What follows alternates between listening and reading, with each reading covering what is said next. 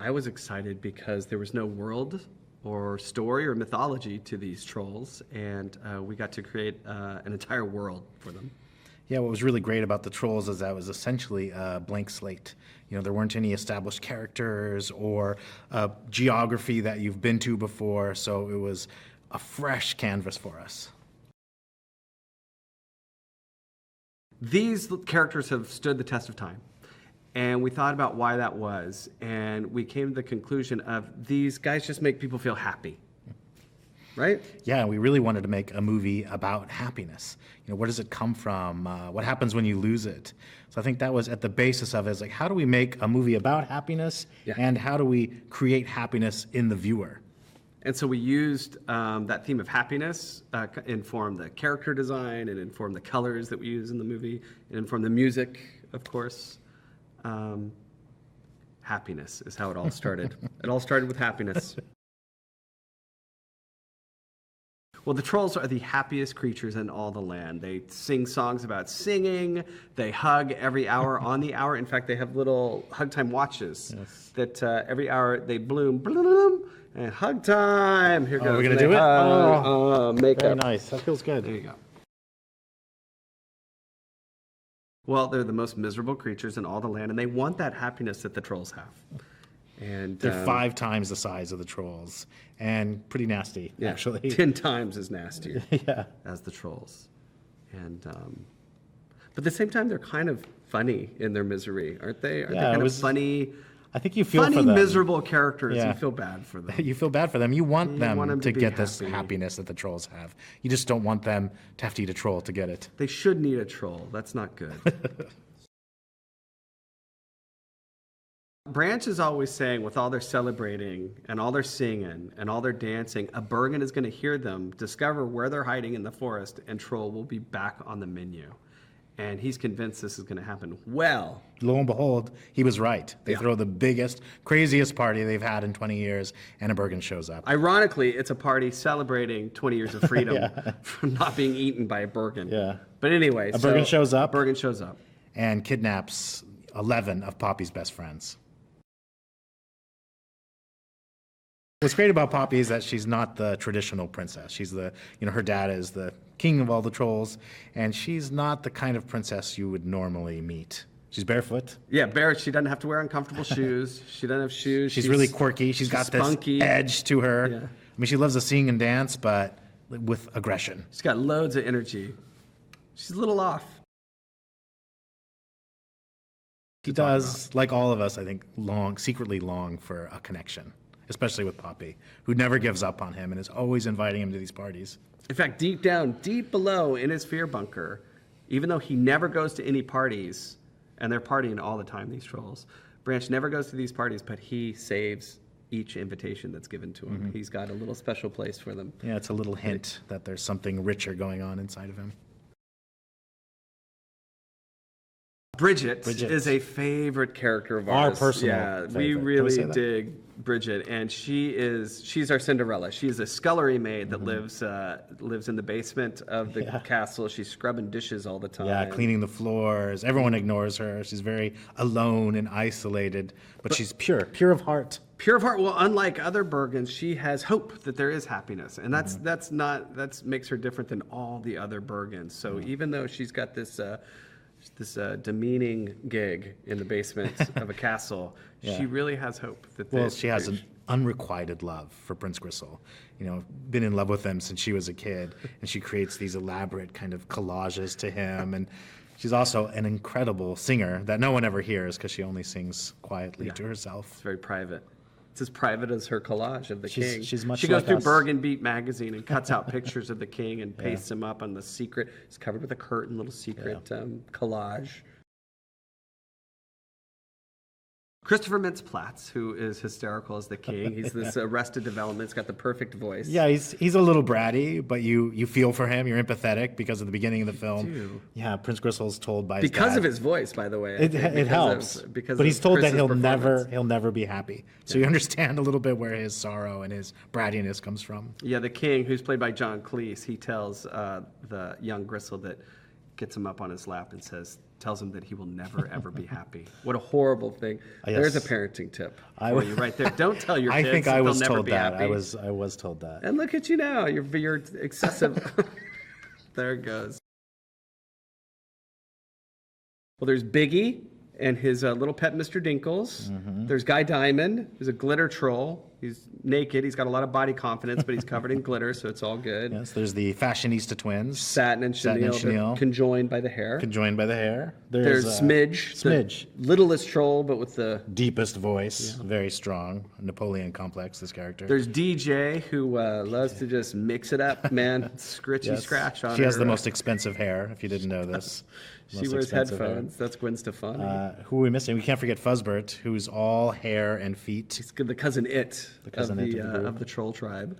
And then Cooper, who is looks like a giraffe, but he is indeed a troll. And plays a mean harmonica. Yeah, he's good at the harmonica. Who did we miss? And then there's Creek, who is just he is the guru troll. Yeah, the resident yoga instructor. Yeah. He is very elevated in his quest to achieve happiness. He seems to be a level above everyone else. Justin Timberlake, this guy, he knows how to sing. He knows what he's doing. And just decided to make the song that he did for our film, decided to make it into a hit as well, which was a bonus for me. This is a true story, by the way.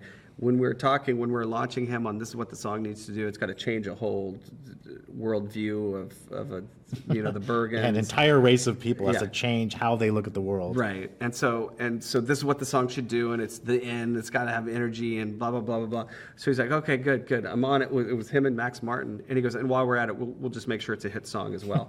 I laughed. I thought that was like a joke. And I was like, okay. Yeah. Then it becomes a hit song. Yeah. So I guess that's what he does for a living. He makes hit songs.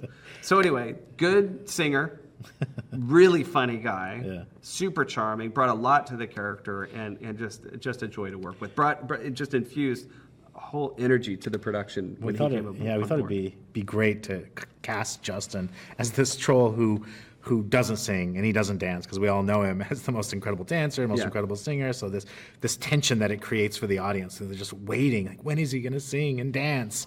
So it's really this euphoric feeling when he finally allows himself to do this thing. When he came on board to be the executive music producer of Trolls, it was like it just injected an enthusiasm and an energy. To the movie, to the crew. Yeah, not only co-starring in the movie, but being executive music producer was so crazy, because he got to work with all the other actors and all the other performers. So it was a rare chance, I think, in animation that so much of the cast kind of intermingled. Yeah, they all connected in a spiritual way through music. Yeah. We have a lot of different songs in our film. So not only did Justin provide original songs and produced original songs, but we have some classic songs as well. And so he really helped by producing those songs. They all have a feel, like a cohesiveness that really helped the storytelling for us. Yeah, we called him our sonic wizard. As he weaved all these different genres together into one giant, amazing whole. I play one of the trolls. I play the smallest little yellow troll, Smidge, but she's got this deep, deep voice. What's the catchphrase? Go ahead and do her. What does she always say? She says, "Oh my God." That's kind of the thing. But when we were coming up with the voice, we just thought, wouldn't it be funny? Like, the cutest troll has got the biggest contrast, like this crazy deep voice. She gets it from working out. Yeah. And She's very strong. She's a strong woman. Yeah, I think she works out her vocal cords. You're a strong woman, by the way. I'm a very strong woman. He also plays Fuzzbert, who's that cousin It character that's only feet and hair. Yeah, you don't hear a lot about Fuzzbert. He sounds like can I judge your performance? Yes. It's this interesting Wookiee on helium. Yeah, it's like yeah. There, we did it. And then it's kind of like that. He's also Cloud Guy. I don't know if you know, this is a very cool character, Cloud Guy. Yeah. Yeah, I was lucky to get to play Cloud Guy because it was so much fun. Because Mike and I are doing the voices with the actors, and I just happened to be playing the Cloud Guy with Justin and Anna and playing it within that scene. So we got to do a lot of improvisations, which were used in the film. He was so annoying as Cloud Guy that he got the role. But strangely, it's a really pushy character. It's kind of my regular voice, and he's kind of a jerk. So I finally realized I it's in the writing. He's I am a jerk. jerk. No. It's not the voice quality. It's freeing. It's freeing to let your inner jerk out. Happiness. I'm very hopeful that people leave the theater just with a huge smile on their face. Yeah, and also, the movie is about happiness, and it's about creating a conversation about happiness, and that we each have it in us. We all are born with this capability of having happiness, and we want to hopefully kind of encourage that conversation.